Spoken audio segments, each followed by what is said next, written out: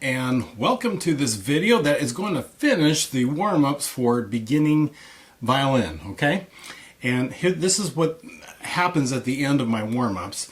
After you've done all the bowings and all of the left hand frames and all that stuff, that's worked on the left side, worked on the right side. Now we're going to work on our ear, which kind of puts the two things together, doesn't it? So working on the ear, first just calm down. That is with warm-up chords. So when you get done doing the 16ths, you need to play one of the notes in the one chord. Okay, one of the notes in the one chord. So this is in D major, and that's going to be D, F sharp, or A. So you just did this. And just pick a note. Just pick a note. It could be the F sharp, it could be the D, it could be the A. It can be one of those notes. Just pick one. Doesn't matter. And then there's the one. And then your director will give you another chord. Maybe it's the 4 chord, which would be G, B, D. Well, I shifted. I shouldn't have shifted. G, B, or D. It could be this G. It could be this G. Or B. Or this B. You get to pick. You don't have to pick what is on the sheet. It can be any octave, as long as it's a 4 chord. Let's say your director does the 5 chord. That would be D, F sharp, A.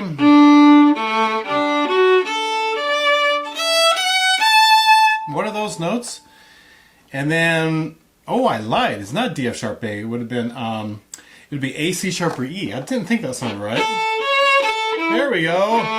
A, E. Here's a C sharp. Here's the A, C sharp, E, A. You pick any of those notes for the 5 chord, and then the 1 chord. Now I'm playing lots of notes just because I want you to hear all of the choices. Really what you need to do is pick one and sit on it. And learn to, and what you're doing is you're listening to the sound and you're like, what note is this and how does it fit into the chord? So let's say the 1 chord, D, F sharp, A. If you picked the bottom note, that's called the root. All right, how does that fit into that chord? It's like your home kind of thing, right? It feels really, really good. It's the 1 chord. What if you pick the A? It's called the 5th.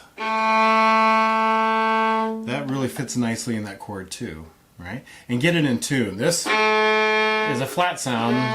How does it fit into that sound, okay? What if you pick the F sharp? That's called the 3rd. Now how does that fit into your chord? D, this is what I hear, hey. D, A, this. It's fun to sing the other notes as I'm playing. But my point is, how does it sound? How does it fit into that chord? So remember you have a little snowman there, right? 1, 2, and 3. The bottom is called the root. The middle note is called the 3rd, and the top note is called the 5th on all of these chords. You choose one of those notes. And your director will give you a series of notes to play. And those are called chord progressions, and they will just give you the chord progressions. You just simply scoot your eyes all across that, and you just pick one of those notes. So that's to calm down and to really listen to chords, really be in tune in chords. And then when that's done, your director will go 1, 2, 3, and then you play the hymn, which is called Von Himmel komm ich her.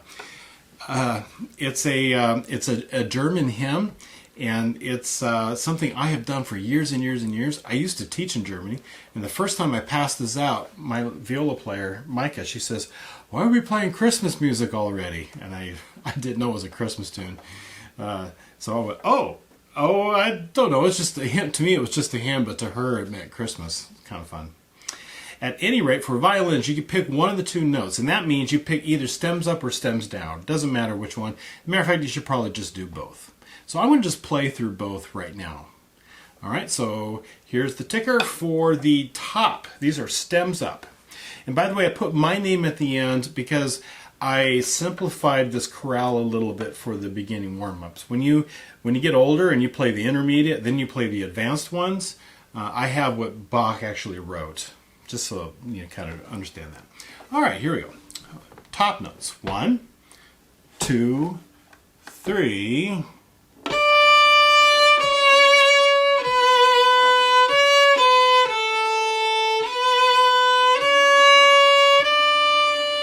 As a fermata, then you keep going.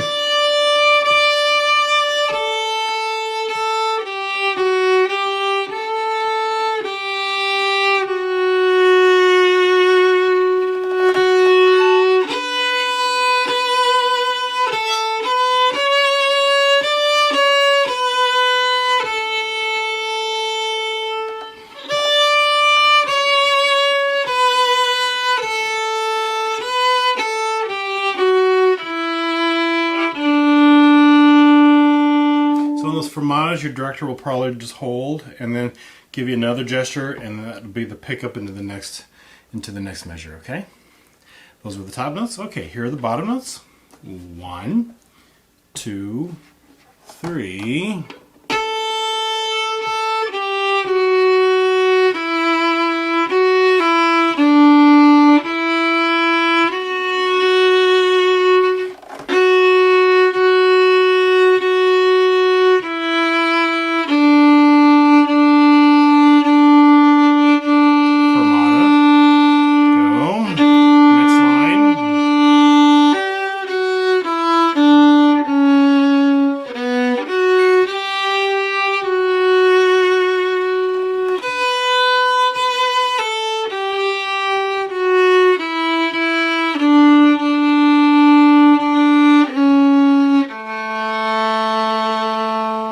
Two things about the bottom line.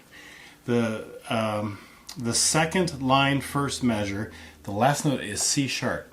To play a really good C sharp, I need to make sure that I'm playing 2 good whole steps for that hand frame on the G string. Because in this key, on the G string, this is my hand frame, A, B, C sharp, and D. So that's really important, and it happens twice. It happens there, and it happens in the very last measure as well. So let's just do this. And I want to sit on that C sharp and see if you landed it. 2 good whole steps. See, I'm leaning over so you can see that. 2 good whole steps. You can't play there, you can't play there. That's out of tune. You need 2 good whole steps. Second line, first measure. Ready, go, and sit. Next note's a B. And it's a little bit tricky because beat 2 is a G natural. On the D string, my third finger is here. But on the G string, my third finger is there. So you need, I like to say, make your finger do some gymnastics, okay? So the bottom line is a little bit trickier than the top line. Don't assume that just because you have the melody that you have the hard part. That's not always true. Matter of fact, it's often not true.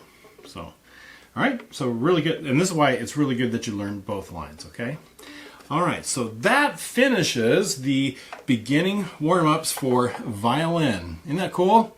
And work on this for a long time. Get really, really good at it. And then when you get older and better at your playing, you can jump into the intermediate ones. You'll notice it's the basic setup. It'll just be a smidge harder. And of course, advanced harder than that. So I will see you at the next video.